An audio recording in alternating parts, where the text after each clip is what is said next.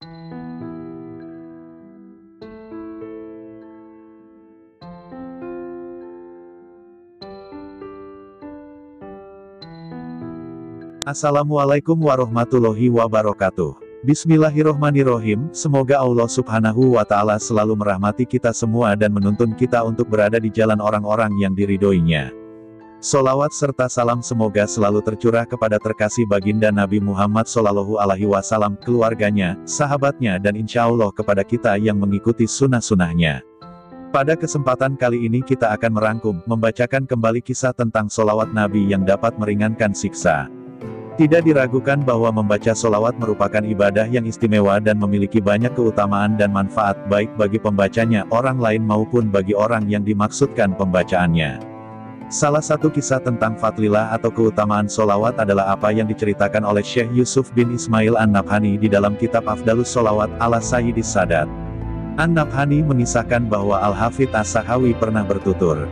Seorang ibu datang menghadap kepada Syekh Hasan Al-Basri. Kepada sang alim itu si ibu bercerita tentang anak perempuannya yang telah meninggal dunia beberapa hari sebelumnya. Saya ingin bermimpi melihatnya, Syekh, katanya kemudian. Melihat keinginan sang ibu yang begitu kuat, Syekh Hasan Al-Basri kemudian memberi beberapa amalan untuk dilakukan. Setelah salat Isya lakukanlah salat sunnah 4 rakaat. Di setiap rakaatnya bacalah surah Al-Fatihah dan At-Takatsur sekali. Setelah itu tidurlah dengan posisi miring sambil membaca sholawat kepada Nabi sampai dengan engkau tertidur. Maka, sang ibu mengamalkan apa yang diajarkan oleh Syekh Hasan Al-Basri. Di dalam tidurnya, ia bermimpi melihat anak perempuannya dalam keadaan disiksa.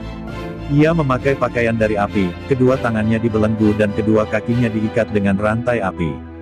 Ketika terbangun dari tidurnya, sang ibu segera menemui Syekh Hasan Al-Basri dan menceritakan apa yang dilihatnya dalam mimpi. Mendengar cerita dari sang ibu, beliau memberi saran untuk bersedekah dengan harapan Allah berkenan mengampuni anak perempuannya. Pada malam harinya Syekh Hasan Al-Basri bermimpi seakan-akan berada di pertamanan surga. Di sana ada sebuah kasur yang terbentang.